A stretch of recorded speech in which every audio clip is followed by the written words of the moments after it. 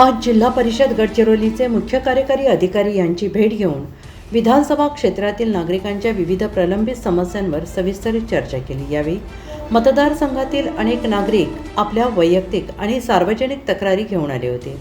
त्या सर्व समस्या प्रशासनासमोर मांडून त्या तातडीने निकाली काढण्याबाबत आग्रही भूमिका मांडली।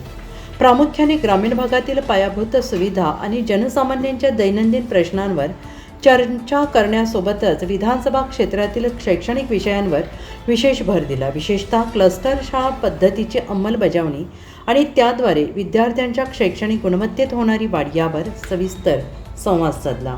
विद्यार्थ्यांसाठी उपलब्ध असलेल्या आधुनिक शैक्षणिक सोयीसुविधा आणि शैक्षणिक दर्जा उंचावण्यासाठी आवश्यक असलेल्या उपाययोजनांबाबत प्रशासनाचे लक्ष वेधले। मतदारसंघातील प्रत्येक घटकाला न्याय मिळावा आणि शैक्षणिक तसेच सामाजिक विकास वेगाने व्हावा यासाठी प्रशासनाने अधिक संवेदनशीलतेने काम करावे अशी अपेक्षा यावेळी व्यक्त केली। गडचिरोली संवाददाता आशिफ कुरेशी।